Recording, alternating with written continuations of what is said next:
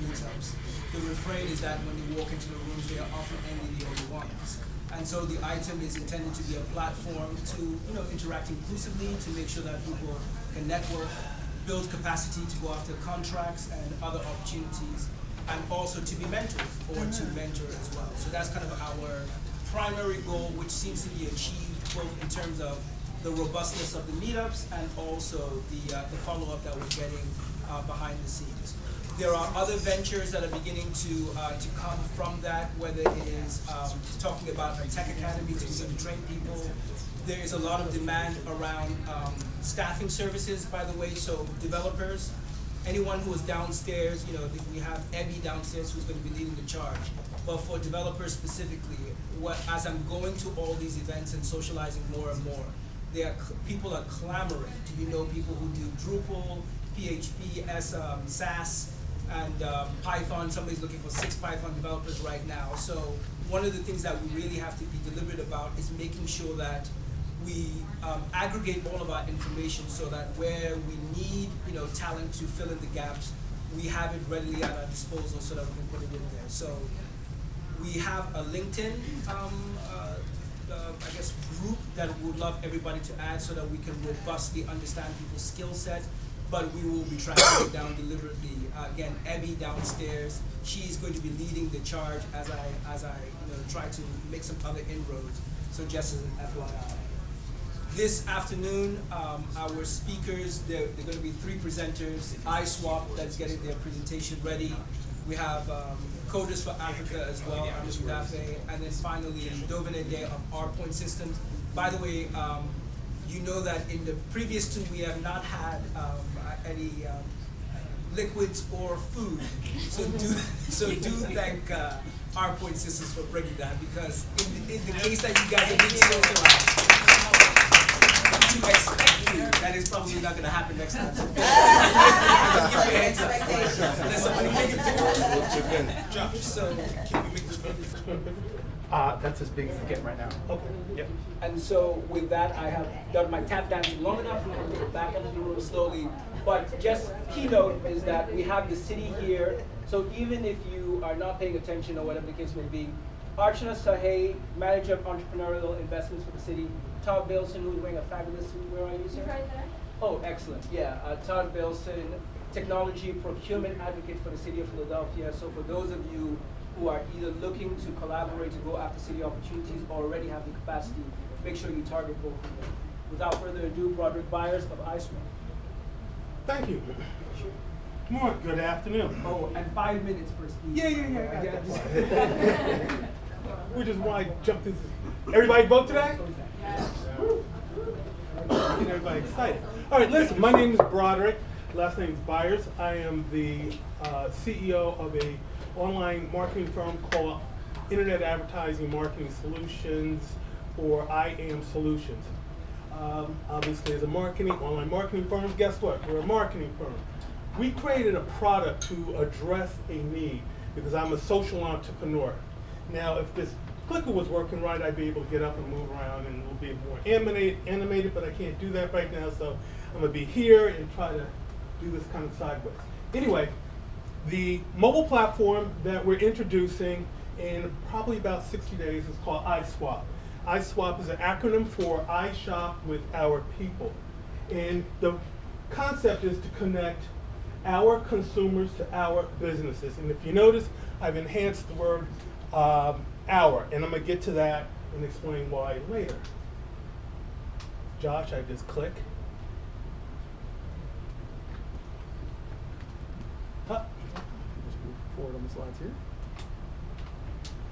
I'm a PC guy.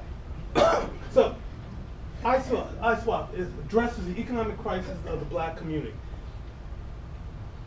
As a social entrepreneur and as an African American, I know that we don't spend enough of our dollars in our community.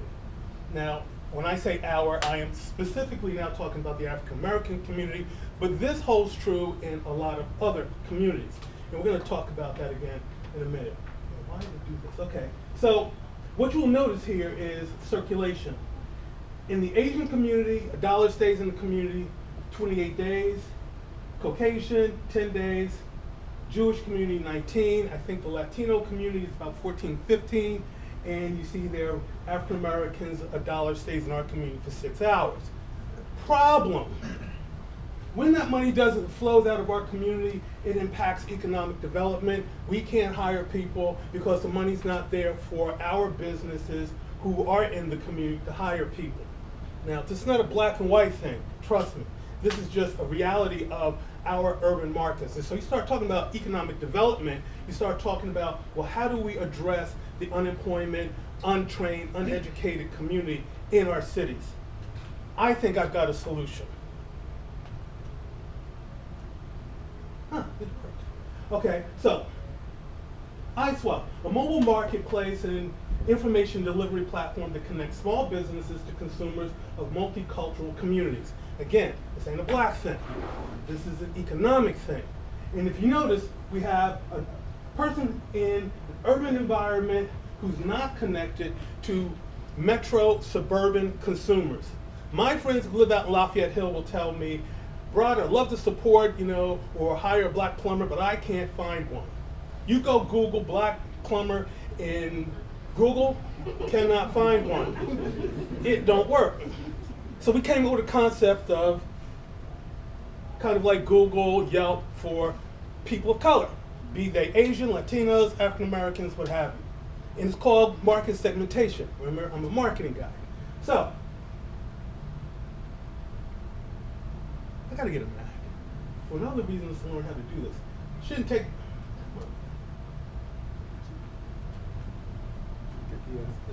Click the arrow right here. Or is it that forward? Okay. If I do spacebar, will it do the same thing? I don't think so. Don't think so. Okay, so again, to reinforce what I'm saying, this again is just not a black thing, though we are doing market entry with the African American market only because I'm African American and I know these folks and blah, blah, blah, blah, blah, blah. But we quickly go into Latino, lesbian gays, Asians, women businesses, veterans, ex-offenders. They all have market segments, all have specific needs. And if you can address those needs and put them into a database, which is here, general market, you create a very, very interesting database that is attractive to advertisers and corporations who are looking for information. And again, I'm a marketing person. So now, oops, I'm not liking this. Okay. One, there. I'll go through this. We talked about this before. iSwap adopts many of the functions of a lot of search engines, Google, Next. I made the joke about try to Google. The difference again is we profile the user. So when you log in, you'll be able to say, hey, I'm African American, I want to shop with African Americans, I want to shop with women, and we prioritize all that, and then you can break it down by ownership, geography, associations. So associations can be African American chamber, the Asian chamber, your fraternity, sorority, your alumni association, everybody's part of a group. And what we'll do is we'll break these associations down. How am I doing? Good? No, you're not. Oh, okay. So, I mean, you're doing great in the presentation, but your time is up. What I would say is, as Josh is transitioning to the Coders for Africa, if anybody has questions for him, please go ahead and ask. But otherwise, we have to keep, because the projector has to be downstairs. No problem.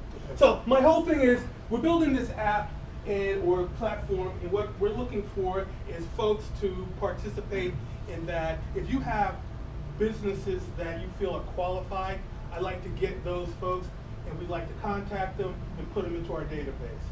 We have a referral plan that if you refer a business and they actually come into the database, we will give you a $50 finder's fee. Now, after this, you all come to me and I'll give you a little bit more details about it, but that's what we're trying to do. Questions? Is there a cost for the companies to be a part of your app? Yes, yes. It starts from $50, it can go up to $13, depending on what you want to do. Monthly basis? No, it's one time. Oh, okay. Well, I'm not trying to make money on that, well, I shouldn't say one time, but it's, let's say 18 months is for like a $300 package.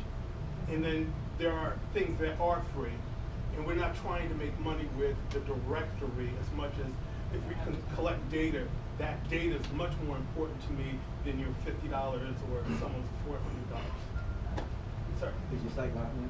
I'm sorry? Yes, it does. And if I had the chance, iSwapNation.com. iSwapNation.com. How tough is that? You can go to the site, and if you come to me, I'll give you a card. If you come to me, I'll give you a card. You can go to it, and we're going through a couple of iterations. And again, right now, it is functional. There's going to be a live launch probably in about 36 days. We're getting ready to redo the skins. I'm working with a Unix person who's cleaning up the look and feel. And I'm working with the associations, again, the sororities, fraternities, who have professional people that want to be in the directory and start here in Philadelphia, but this thing is literally going worldwide. Thanks so much. If you have anybody else has questions, we'll just bring on Amadou. Everybody come see. We'll try to make it informed. Awesome. All right, so I'm here to present an exciting company called Coders for Africa. We live in a world, most of you actually are probably looking for developers or heard of some people looking for developers. My good friend Ali Kone, who couldn't make it tonight, 4 years ago we were sitting on at a barbecue, and we were both admiring ourselves because we work for major corporations like GE and Lockheed Martin, computer science degree. And we realized there was a very aggressive demand from Asian developers. And because we're Africans, we were wondering, well, something is wrong here. Maybe we should be also looking at Africa. So what we decided to do was, okay, let's see if we can build an outsourcing company and hire African developers to do the work. But then there was a challenge. The challenge was that we were not able to find these developers right away. When you Google African developers 4 years ago, one person came up, and that's actually the other co-founder, which is Kwame Anda. So we took a leap of faith with our own money, went to as many African countries as possible. In a short period of time, we were able to build a large network of developers, 1,500 of them. And then 2 years after, we had a strong demand from the developers themselves saying, hey, okay, now you got us, you're supporting us, you're training us, can you find us jobs? We came back to the US, regrouped, looked at the opportunity, and we become a corporation at that time. So we specialize in building software application, mobile web, and enterprise. The services varies. We pretty much do everything, because when you have an army of 1,000 developers, you have every stack you can do, right? You can do Java, you can do .NET, you can do mobile, you can do design, you can even do testing.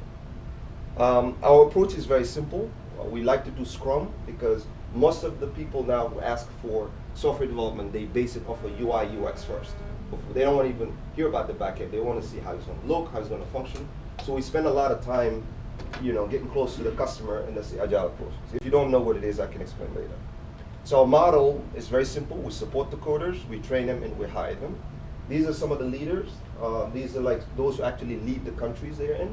We're in Senegal, Ghana, Kenya, Ethiopia, and Tunisia. We're hoping to be in every major capital city in Africa in the next 5 years. This is achievement in 2014, but the numbers are wrong. These numbers went very fast. We have 5 offices. We're located in the US primarily.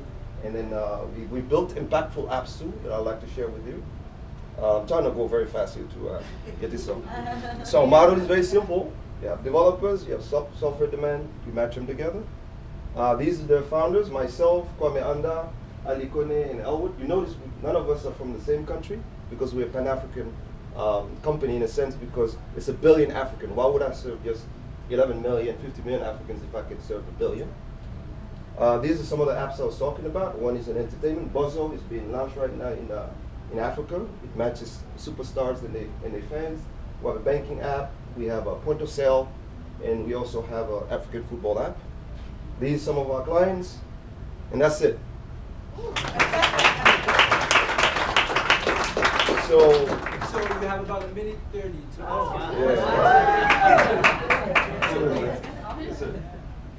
Your list of countries, I think you've missed the two really biggest ones, Nigeria and South Africa. Whereas I recall, for instance, South Africa has a budding tech ecosystem called the Silicon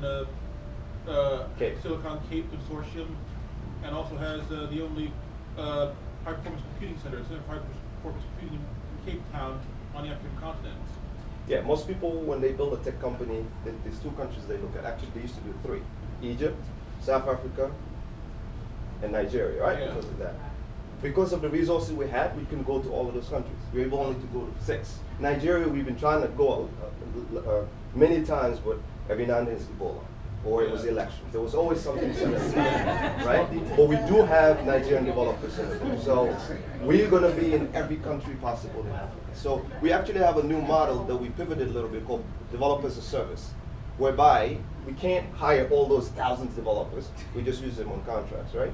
So the idea would be if you're looking for a developer, a CTO, something like that, you go to our portal, you'll hire that developer, we'll manage him for you so that you don't have to go through the risk of anything like that. But thank you for your question. That's it? Yes? I'm curious, I mean, for a lot of firms, this is like a price play. So how do you spread the economics to the different countries, and how does it compete with like developers from Eastern Europe, Asia, Latin America? So we have a flat rate between $8 an hour and $25. $25 would be the developer that you can do it. The $8 would be those people who can build you a mock-up, who can build you an MVP app or something like that. The reason why we price ourselves that way is because we want to be the new affordable people on the ground, whereby even Eastern European can hire us to do the work they don't want to do. But eventually, once we build that scale and that capacity, we'll be able to raise up the price of work. Smart. Thank you so much, Amadou. Thank you, guys.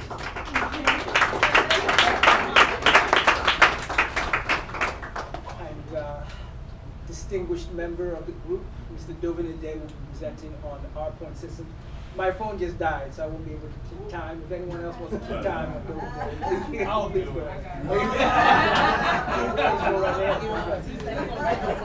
So I will ask for a little bit of grace because he did. Your video's all queued up, just hit play. And there's, I'll give you sound as well. I'm Dovin Ade. I'm also an African, so.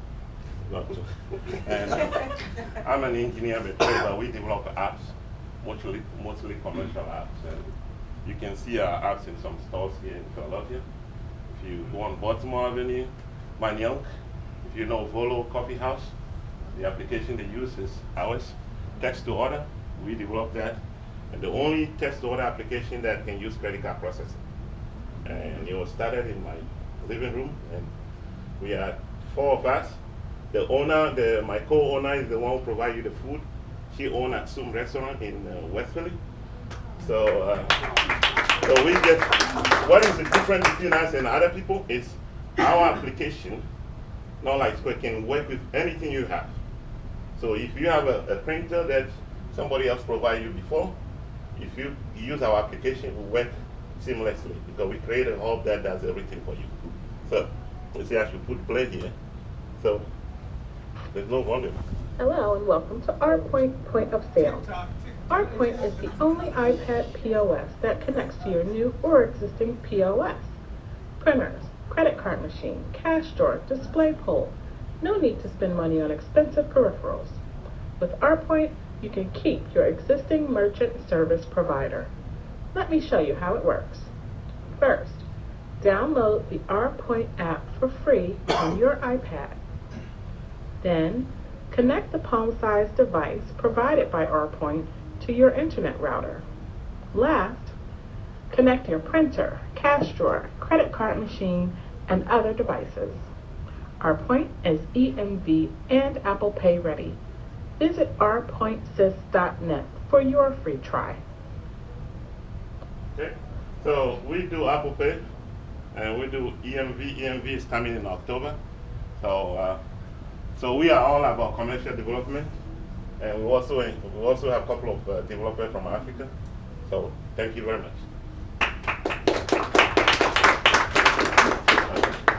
Any questions? Do you private label this? Yes, actually, that's a law firm that does that. So. Yeah. Serve that out for you. Yeah, no, the private level. Yeah, so. Yeah, I have a card on the card. Yeah. But also, when is the Android version? Android version is a big debate because we have a cloud version also. The cloud can serve everybody, but and I'm debating because Apple is more stable for me because it's only you don't have to go to honeycomb, what is sandwich or whatever you call all of them, lollipop. But so we started, and we're going to do Android, but it's a big debate between me and my partner. So. Any other questions? Any restaurant owners, establishment The retail and everything. Yes. Which restaurants do you work with in Manny? Volo Coffee House. Okay. Yes, yeah, that's the old, what do you call it? La Colombe, Okay. the old La Colombe location. So, and some location use our application for free also, so we're not going to mention their names. All right. Well, thank you so much. Thank you. Okay, great. And so just before we bring up so before you speak, just to this idea not only came from bringing the city to speak, not only came from obviously the growing relationship that the item has with the city of Philadelphia, but specifically from Tom Elliott, who Tom Elliott recommended, based on a presentation that he attended, saying that this was something that item members absolutely need to hear, and was kind enough to actually provide a much more involved slide show. It's about 25 slides. So just in terms of the brainstorming, if you do have ideas that you would like other item members to hear about, don't hesitate to suggest, because they often end up in real life presentations. So without further ado, Archana Sahey, Manager of Entrepreneurial Investments. Hi everybody, thanks for coming out. So we try to keep it pretty light and casual, City of Philadelphia. So I'm just going to go through the slides really quick, but feel free to ask questions, jump in. You know, we like to keep it pretty conversational, both Todd and I. So as Kahia mentioned, Archana Sahai, Manager of Entrepreneurial Investments at the Department of Commerce within the City of Philadelphia. We are charged with economic development, so job creation throughout the city.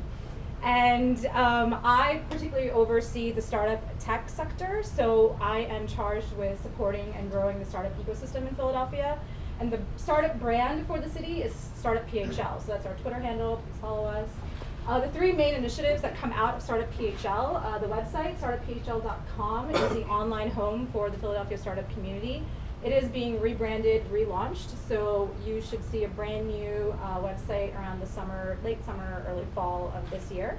And essentially it's to reduce the friction for a startup in the city. So whether you're new to the city, everything from like how to work with the City of Philadelphia, where all the other startups are, where the investors are, jobs in the community, potential pilots you could do with the larger institutions like Campbell's, Comcast, those guys. So that should be coming out very soon. We're very excited about that. The next is the Startup PHL Call for Ideas. This is a grant program that the city has. $5,000 to $25,000 in grants. We will be opening up another cycle over the summer, again, summer, fall timeframe, so keep an eye out for that. And I'll send it out to Kahiga so you can distribute to everybody. Essentially, it's small grants to organizations that are just, you know, further strengthening the ecosystem in the entrepreneurial ecosystem in Philadelphia. So programs like Tech Girls, which do coding camps for young middle school aged girls in the community. That's something that's received one. Business plan competitions, Coded by Kids, the Listers in the House. They just were awarded this year earlier, so we're very excited about that. And then the big sexy one is the Startup PHL Seed Fund. This is a public-private $6 million seed fund, $3 million from the city, $3 million from First Round Capital, Josh Koppelman, to invest in early-stage Philadelphia-based tech startups. So to date, the program, or the fund has been around for about 2 years. It was founded in 2012. We started making investments in 2013. So we made over $1 million in investments into 8 companies, and they're all based here. And again, you know, it's about keeping them in Philly, job creation, et cetera, et cetera. So anybody who's interested in that source of funding, just let me know. Essentially, it's a very high touch. I mean, I will just forward you on to First Round Capital, to Josh Koppelman, and it's their vetting process. And you'll just go through that cycle. But we're happy to make the introduction for you guys. So other ways that the city supports startups, we have a lot of programs throughout the city, and feel free to ask questions about this later on. But Goldman Sachs 10,000 Small Business Program, it's like a mini boot camp that companies can enroll in. Diana Liu is the head of that particular program. I'm happy to put you in touch with her so you can learn more about that. Kiva City, Philadelphia is one of the 12 cities through the Kiva program. We have a Kiva City manager. It's no cost, I always get this wrong because it's not the program that I run, but it's no cost loans to young companies that are starting to get off the ground. It doesn't have to specifically be for tech, it can be any startup. So a salon, a bakery, yep. It's 0 interest. 0 interest. See, thank you very much. Thank you very much. There you go. Dream Adventures, the city is an LP in the Dream Adventures Fund. As many of you may or may not know, it's headquartered in Philadelphia, in West Philly. And we have 2 tracks that run through Dream It that I'm personally very excited about. Access track, which is for minority entrepreneurs, and then the Athena track. We just graduated the inaugural class, and that's for female founders specifically. And then Fast Forward, which is also internally, and that's Storybello. Todd, I'm totally going to mess that one up. Do you know more about that program?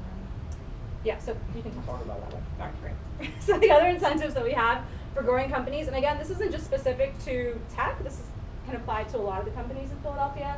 Keystone Innovation Zone, there are 3 geographic zones set up throughout the city. If you are less than 8 years old and you have year-on-year increasing revenue, you can qualify for annual saleable tax credits of up to $100,000. There's an application process for that as well. Just email me or we can talk about it offline too. The Job Creation Tax Credit, JCTC, for all businesses creating jobs in the city of Philadelphia, 2015 specifically. You may qualify for up to $25,000 in tax credits that go against the business income receipts tax that's specific to the city of Philadelphia in the year 2015. Going forward in 2016, that drops to $5,000. So if you are creating jobs this year, please, please, please learn about this program, apply, take advantage. City, and then the next is the Jumpstart Philly. So this is a program where if you create 3 jobs in 1 year, 3 jobs in the next year, so it's a total of 6 jobs, your business income receipts tax is waived for those 2 first years, so for the holidays. It's good stuff. Yeah, so in a way you can layer it because the JC, well, I was got a great response. JCTC is, you can actually bank it, so you can bank it for up to 5 years. So for instance, you could do Jumpstart Philly, apply that right away, and then in year 3 you can access your JCTC. You can apply for all these things at the same time, but you can layer them to take the full advantage of all the tax credits that are available. And of course, access and inclusion, very important to me, to the mayor, to the entire administration. So we're very excited that the item is organized and is rolling out. We'll do everything that we can to support it. And here are some other organizations in the community that are doing some great, great work. And the ecosystem is really strong. The ecosystem does a really good job of taking care of itself. So we're very excited that the item has come up, and we'll hopefully partner and work with a lot of these other organizations that are doing some great work and leverage all the resources that are available. So not to sound cheesy, but we're just stronger together. And to that end, as I mentioned, the startupphl.com is rolling out. So we have a survey out right now, tellstartupphl.com. This is really for you guys, it's for the community. So please go on and respond to the questions, because the website is only going to be as good, the resources will only be as excellent as the feedback that we get from you guys, because we're really trying to make it for all of you, for our entrepreneurial community. And this is my information, number, Twitter handle, email. Feel free to reach out. We're very accessible. So we will hold questions until Tom goes? Okay, great. But just another thing, I see people taking pictures of the screen. We have not only the much more detailed presentation that Tom provided, but Sure. both of their presentations will be uploaded into the file section of the email. So just know that there's an increasing repository of documents in that, so, which will be available down there. So please.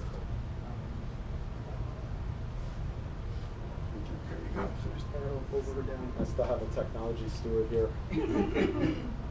Thanks so much for having us. My name is Todd Bailson. I'm going to be brief and just talk about the stuff I think will be important to you all. Then we can handle other things in the Q&A, or I'll hang out afterwards. Happy to discuss with all of you like the particulars of your business or what you might be interested in. My project is to try to get small and mid-sized companies, particularly technology firms, interested in city contracts. It's really interesting because the city actually spends a huge amount of money, and when you go out and talk to entrepreneurs, a lot of people don't even contemplate the city as a place to find a contract or be a customer. So what you'll see is kind of a combination of carrot and then a little info. We spend about $550 million a year. This is from fiscal year 13. So just some brief background. The blue is public works, so that's parks, sidewalks, concrete, glass. The orange is what we call supplies, services, and equipment. So that's paper clips to fire trucks, kind of commodities, concrete, things like that. And then the green is probably what you're most interested in. This is the increasing portion of our spend, and this is professional services. So IT, design, architecture, the stuff that is not physical or is not being built. And we're spending more and more money on that every year, much like I bet your businesses are. The other important thing to know is this term called miscellaneous purchase orders. They're called MPs for short, and that's contracts that are under $32,000. Most of the time, they're quicker to get and a little bit easier in terms of the conformance process. Most of our big contracts take a really long time, and if you've never been involved in government, it's not the quickest process, so we're there to help with that, but MPs are the quickest and easiest way to begin to think about government as a customer. The important thing to know is that unfortunately, some people think it's good, we divide procurement into two big buckets. All of the professional services are done by RFPs, or a request for proposal. All of the commodities and the physical projects are done by lowest bid. And it's really important to understand the difference between the two, because we have an obligation when we buy paper clips, hire someone to build a park, or we buy a fire truck, to take the lowest responsible bidder, the person who is capable but gives us the lowest price. On the RFP side with professional services, which is what I suspect most of you are interested in, we actually have more flexibility and can craft the RFP to hire someone even if they have a higher price than the competitors. So it's important to understand the distinction and to be strategic when you're going after this work about how you present yourself. To give you an example of the agency where I work, the Office of Innovation and Technology, we spent $49 million last year. 82 contracts. The biggest one was $14 million. The smallest was $1,500. The average, which isn't really accurate because the big ones push it up, was $548,000. And then the median, which I think is more reflective of where our buying will be over the next 5 or 10 years as we try to buy typically from cloud-based products, cloud-based software, less custom software, is about 113. And we had 12 of these MPs, which are the under 32K, typically easier to access contracts. Therefore, all the stuff you would expect: open data, management, software, custom software, different types of things to support police and fire, radio, and then a whole lot of stuff around civic engagement also. One other thing to understand about city contracts and why they take so long is that they are born out of legislation which has other agendas besides the quickest and lowest price. So there's a whole bunch of social and economic goals that are embedded in how we contract that almost inevitably slow it down. So the three I've listed here are in the order of reasonable to most likely we can all agree don't make sense. We didn't used to have a certificate of tax compliance, so we were paying people who were vendors who owed us money for property taxes or other stuff. Didn't make any sense at all. So now we don't sign a contract unless we're sure that you no longer owe us money. That makes total sense. I think everyone would agree with that, right? So political contributions and disclosures is a little more gray for a lot of folks, but this was designed to prevent pay-to-play and access through money yielding results on contracts. Most people agree with that, but it's become kind of burdensome for a lot of people who want to be politically active or firms and also get city work. There's a debate to have there. And then we also have tons of legacy stuff, including ties to Northern Ireland, Sudan, and a whole variety of other places, geographies, and conflicts that we require you to make a bunch of certifications about in sort of the way that you apply for city contracts. And a lot of that stuff most people think should leave because that's why everything becomes 80 pages and why your attorney spends so much time vetting the contracts. The other problem that we have that we're attempting to address is that we have many websites. And so given my short timeline, instead of going through them all and the challenges, what I just want to call your attention to is these are the most important ones for most of the people in this room. eContract Philly, and these are all hyperlinks, you'll be able to click on it, but you can just Google eContract Philly. This is where 95% of our professional service contracts are listed. Unfortunately, it does not have push notification. So you literally need to visit it once a week, and that's what we recommend, unless you are a vendor yourself and can create a scraper or some way to get alerts. The second most important resource is called Big Ideas Phil. This is a website that advertises via push the under 32K opportunities, typically around creative services, design, web, all that stuff. We've had 3 in the past 2 weeks. One was a hotel tax website, and the other two, one was an animator illustrations for a website and a video, and another was video production. So 90K of city work with relatively low lift went out via push notification on this website in the last 2 weeks. So you should sign up for it. It's very, very easy to do. I'm gonna skip a bunch of stuff and just conclude with some things I think are really important to this room. It's kind of funny being like a white dude in here talking about this. So, as part of the kind of wisdom of democracy, a lot of these contracts have what I would call an aspiration to not just give the contract to the people who have always gotten it. So, for those of you who don't know, WBE, MBE, and DBE, these are the code words, kind of the acronyms for women-owned businesses, minority-owned businesses, and disabled-owned businesses. And it is actually illegal to do what's called sheltering contracts. So we are not allowed to hold off 20% of the contracts and make them only available to certified MBEs, WBs, and DBEs. However, every contract the city lets seeks to have what's called a participation goal. This is an example of the form that would be in the RFP or in some of the documents. The participation goal says, vendors, if you want a chance at this city contract, we want you to bring a team or yourself to be able to have 10 to 15 or 15 to 20 or 20 to 25% of the work, the total dollar amount, the hours, whatever the way the contract is structured, go to a MBE, a WB, or a DBE. So this is like a very sound business development strategy for firms that are certified. And the way that you become certified is you go to a website that you can click on this blue link, the Office of Economic Opportunity. They have certification sort of like organizations. You get certified, then you get on their list. It's a little burdensome, and then once you're on that list, you are able to help the city comply with its participation goals. The second thing that is super important for people in this room, how many people here consider themselves local? And how many of you have filled out the local business entity certification? Right, perfect. So you have to fill out this form. We're really good at administrivia. So you have to fill out this form which attempts to make it very difficult for there to be imposter local firms. So what this form does, and again it depends on which procurement silo you're in, professional services versus commodities, this form is where you certify that you are in fact local, either because of your physical footprint or the percentage of your workers and the percentage of their time spent in Philadelphia County.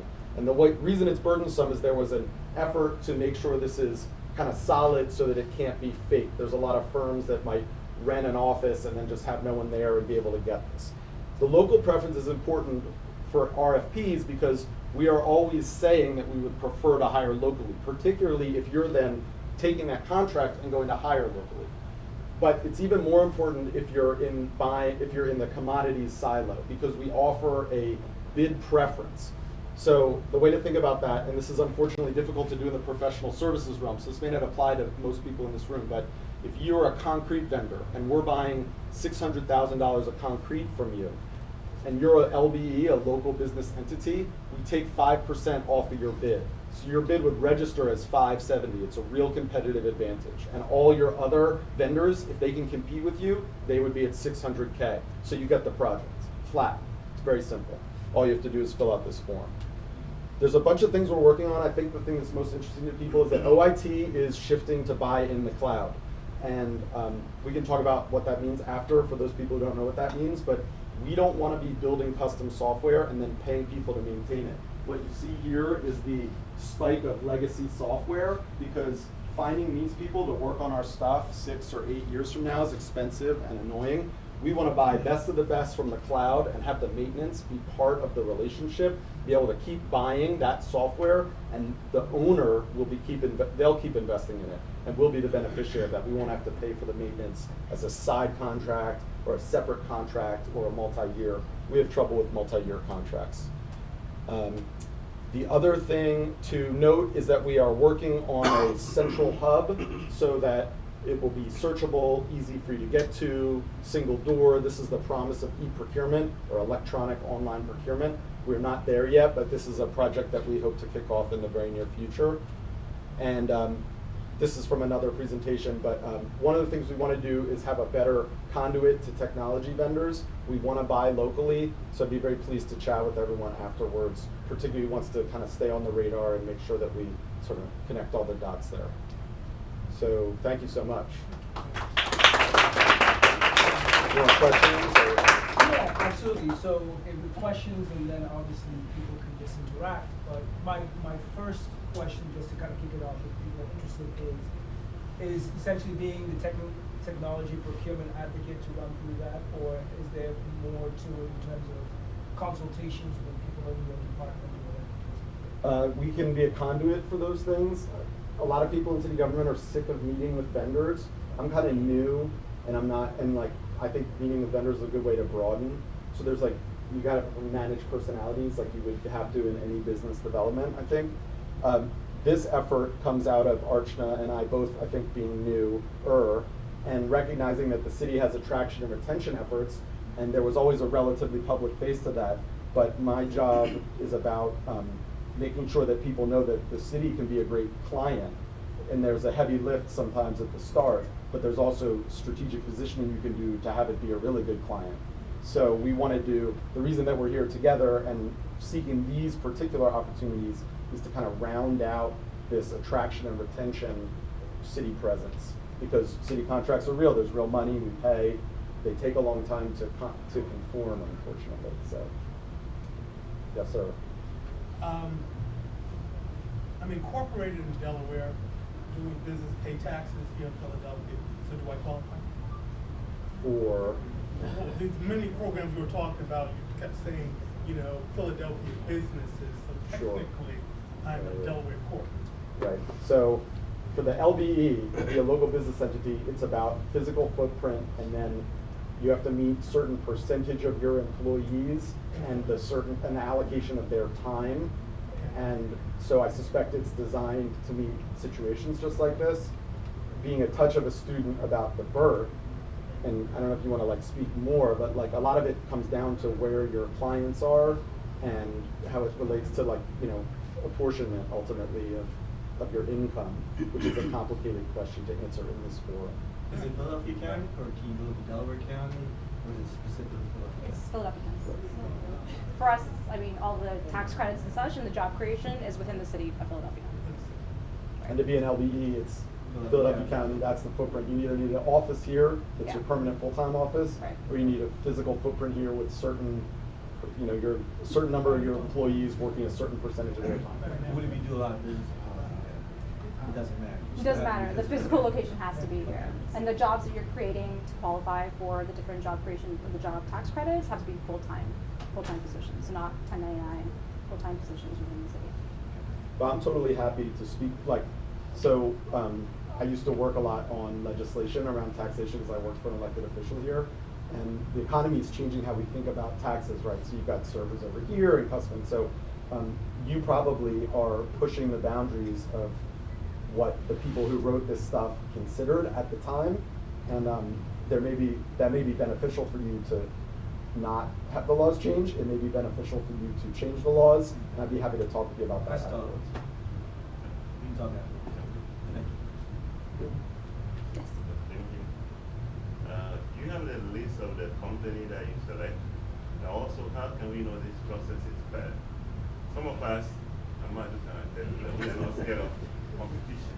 We don't want any, we are not bad. How do we know the process is fair? Because some of us took application to the city. You mean for the procurement and contract? Yeah, when you assign that someone won the contract and all that, you put a list somewhere. Yes. Because some of us would like to know what qualification they have. Sure. We want to compete fairly. Sure. But As you some should. of us, we took application to the city, it's like, oh, nobody knows you, who are you? So then you just throw it away. So I just want to make sure that it sounds very good. Like, can we see, can you tell me how fair this is? You put the name of the company that wins this contract. Right. So one of our challenges is that the answer is yes, but how it happens is different depending on which procurement silo. There are a lot of people who want to merge the departments and have it be more seamless, like I suspect you would want and what you should expect. But the reality today is that it's done in different ways depending on the type of contract. So for RFPs, that same website that I told you about, eContract Philly, at the end of the day, when they can form the contract, which can take like 6-8 months sometimes for bigger projects, all the vendors who applied are listed, and the reason that one vendor was selected is listed as a bullet point. And I'm not sure it's particularly satisfying, but it's done to answer this exact question. More broadly speaking, all of government procurement, so I can't speak to any particulars, and certainly there's a legacy of reason to be concerned, but a huge amount of work and time is spent to create a competitive offering. And just to give you a sense for how that isn't always the best outcome, on this bunch of work right here, the $62.8 million from fiscal 13, a third of that money, there was only one vendor. A competitive process, outreach, push notification, 6,000 vendor mailing list, email notification, all this stuff. And a lot of it is because it's so hard to get through all of the process, the administrivia, the due diligence. Last question. Can you mention a small company that win a contract with the city? A small company? Yeah, small company from Philly. Sure. Yeah, I used to work with one immediately prior to this job called Textizen that sends text messages and has like a dashboard so you can like check responses and I know manage that it. didn't go anywhere. We What's also that? compete for that. So Textizen won a city contract. And they conformed it, and it got conformed. You want another, would it be helpful to have another example? I'm not. He'll corner you later. Sure. And what should be said is it's very opaque, not opaque is the right word. The reason it takes so long is a huge number of people have their hand in city contracts, and including vetting all the responses and opining. So if anything, unfortunately, I disagree. I mean, you should go after your contracts and people want it to be fair, but it's just too hard, actually, is what most people think. Brad? Yeah, my question was kind of going along with yours in terms of, so especially for a company to go out of the gate to go through the bureaucracy of trying to apply for a city contract, a lot of times, especially the larger contracts, they're not going to really have a competitive chance. So in terms of these like small businesses or new startups going as a subcontractor, are there some mechanisms in terms of being certified as a minority or woman-owned business that we can make it easier to go after those versus go out, I mean, because it's a lot of things that make it more difficult to go after as the primary. Sure. Well, Big Ideas Phil's the first one. So these are small contracts. Like I said, there was 90K of city work, design work hit the street in the last 2 weeks. And these are pretty low level. Like a lot of the proposals are like 8-page limit on your responses. The illustration one was a 3-page limit. And then the other thing, this is just a trick. I used to work in the transportation industry, but you should go to eContracts Philly. A lot of times there's pre-bid meetings, and then they'll publish the attendance list, and then you can use that to figure out other people who may be going after it and say, you know, we're a sub or an MBE or a DBE or a WBE, we'd love to contemplate working with you. And they may be like, we're the same, we're competing. Or they may be like, we've been trying to figure out a firm just like you. So in the Convention Visitors Bureau, that's separate, right? That's not the one, that wouldn't be on yours. Because I do work with them, but then they're doing, that's more hotels and the conventions. They're not like, they don't get money from the general fund, so they're not. So that's a whole other range of things that you can apply to for contracts. Right, it's not under the same regulatory line.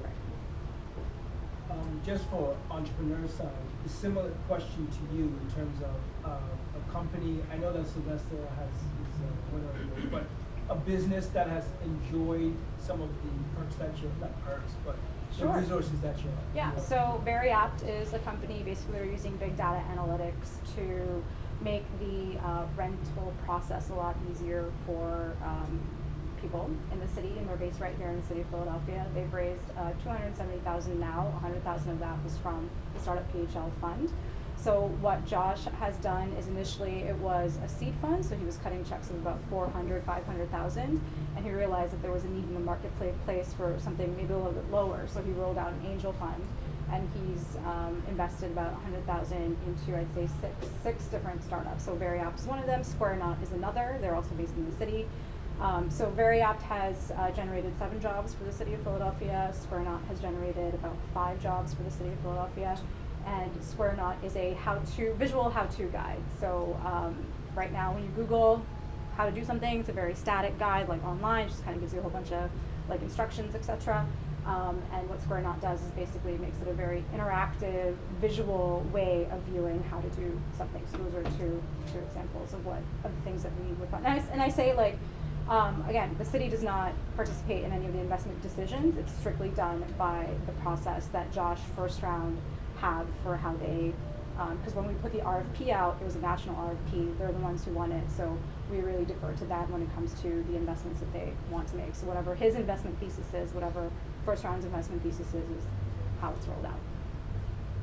Yeah. Does the city, or would the city consider participating in they're calling it a syndicate, where we have private investment that you acquire? Would you consider partnering into a syndicate? Yes. So we're actually working on that. Okay. And one of the things, so on AngelList, so one of the things we realized is that the early stage capital is a little bit dry in the city of Philadelphia. So plenty of people cutting $5 million checks, not so much in the $350,000 to $500,000 range to get the company to the $5 million stage. So there is precedence in Boston for a VC fund to back a city-based syndicate. I don't know that Philadelphia necessarily has the depth right now to be able to sustain its own city syndicate. However, there are leaders in the community, founders who've exited or who are further along in their capital raising, that they have come together to organize a syndicate on AngelList, and it's currently in the works right now. So that is something that we are looking to roll out. How far away is that? I'd say probably, I'd say in the fall. Like, we've been talking about it since about February, March. So it's just getting everybody together and getting them on board so we can get that out. But in terms of, but just to take that conversation further, it's really about making sure that we have diverse sources of funding to address all of the needs of the startups in our ecosystem, so they're not looking elsewhere, because New York is certainly talking to them, as is DC, as is San Fran. And we don't want them leaving, right? Because we do a great job of getting them off the ground, and we want them to stay here and exit here primarily, because that's when you create that like feedback loop, right? Where now you've got mini millionaires, or like the PayPal mafia effect. So now you've birthed angels essentially who can then reinvest back into the community. So that's really the missing piece. So not only we're looking at rolling out an AngelList syndicate, but we're also looking at, you know, what's happening in the main line and how do we connect that source of capital into what's happening in Philadelphia. It's a bit of an education play. It's a bit of letting them know that a dedicated resource exists within the city to help you guide your investment process and kind of showcase the startups that exist in our city. So we're doing a lot around that. Mm-hmm. Tom? I had 2 questions. First, I attended your last presentation. I believe you guys said that there was a list of like minority-owned businesses that like Prime could contact. They wanted to get that kind of bonus, I guess, their bid. Is that true? And, Yep. what would be the process for a business to get on that list? So that is true, and you get there here, and it's called the Office of Economic Opportunity. And so here's the registry, and these are not. They encouraged? Well, I know they get the incentive that the reduction of the bid, but is it? I mean, would you guys actively encourage Prime as a way to, you know, because it sounds like one of the problems is that, you know, I'm just starting the company and I'm small, and there's this huge process to obtain one of these city contracts, and you know, it's long, it's arduous, and it costs money. And if you don't get the bid, you know, if you don't win a contract, you kind of wasted time. You know, you're a small company. I guess, like, is there an initiative for like Prime to kind of help, you know, the smaller businesses that are in the city that want to get involved and say, hey, you know, it's good for you because, you know, you're going to get this reduction in your bid price, but also just kind of to encourage them to do that. I mean, something like that. Yeah, so I remember us speaking, I want to have a very efficient answer given that we have short time. The city got out in the mid-2000s of doing the actual certification, because there were actually a number of organizations certifying. My understanding is that's like a 6-month process. They do things like sometimes do a site visit, a couple years of tax returns. So that's designed to weed out fraud. It's not designed to make it hard, but it makes it really hard. So you gotta look at it as like a long play. It's not around a particular contract opportunity. And if you do it that way, God bless you, but like you're really taking, it's probably not a great use of your time, right? The list does exist, and it's searchable via a variety of things. It's not like the best tech, but like it's here, and I just pulled up all the firms that are registered as technology firms, and like it's a pretty short list, and I suspect like if I was in your shoes and ran a technology firm, I would spend the time per week or per month to get on the list, because as you described it, that's exactly the point. But so in transportation engineering, just to go one step further, what happens is relationships are formed between primes and subs that are very effective. And so that would be the goal, and that's a long-term play. One more question. Is there a forum, if I had an idea that I think would be improvement for the city, or like, you know, to help the city, or something that's not on your list of procurement, is there a forum for you to present that idea? Right. So there's this idea, the Office of Unsolicited Proposals. It does not exist. a lot of what we're trying to do is like a pretty heavy lift. Like many people touch contracts, so a lot of like the big picture things are going to wait until the next mayor, and they may not happen. It's very dependent on priorities. But a lot of people want that. A lot of vendors give free stuff or pitch free to the city, and a lot of employees are anxious about that because of gift policy and the lobbying regulations, all that stuff. But we are trying to push out policy guidance around free pilots, they're called. And so people pitch them all the time. But like I said, like you got to be strategic, because some cities, people are sick of hearing from vendors, and others see it as like a great way to learn and try things. So it's not a satisfying answer, but I think it's like you have to be like a business development people person and find your path depending on what you're trying to sell or who you are, all that stuff. May I just weigh in before Melissa? Just one of the organizations that certifies for minorities and gets you in is the National Minority Supplier Diversity Council. And they're of, I think, Delaware, Pennsylvania, Philadelphia, and South Jersey. And it's actually a pretty efficient process. It used to take 6 months, but there's a new regime, and they're much more efficient. Here's the list that the city accepts. So you go to this website. This is crazy. You go to this website, you see this list, you pick one, you go to their website, you do what they tell you to do, then you come back to our website, and then you get on the list. Is that efficient? Melissa? I just want to say in response to the initial question, I was an MBE, and I was contacted by our primes for different contracts because they needed to have an MBE as part of their contract. And you did the same amount of work just for them, and you still would not know whether they wanted to bid, because they wouldn't, once you sent them your proposal and provided it to them, you never heard from them again. So it was a very cumbersome process. It was kind of frustrating because the turnaround time was usually 24, 48 hours. You had to get your information together, submit to them, and you wouldn't know if they won or not because that list was not available to see who won the award or who didn't win the award. So that was kind of frustrating. And then I didn't renew primarily because when my renewal came up, probably I guess about 3 years ago, there was a new criteria where I had to identify a prime to almost sponsor me, which was kind of convoluted. And we got to the point that it was just too much work. Sounds like an 8A program. 8A is a federal program. But I mean for the city. Right. There's been some fraud, particularly in construction. I mean, people read about these in the papers where there's a prime and a sub, get the contract, there's no work, no money. And so the city has like a, unfortunately, kind of cumbersome process now that looks at prime sub payments based on invoices to the city to try to get at that fraud. That's not what you're describing, but that's been like a situation that has occurred. So I have a particular personal example where it was a cozy and successful relationship between a prime and a sub, and that sucks that it wasn't that. I don't know what to say. It could be a smooth process. So thank you so much, and obviously people will mingle around. We're here till 7:30. I just wanted to take a moment to acknowledge Taib and Josh at Pipeline for hosting us.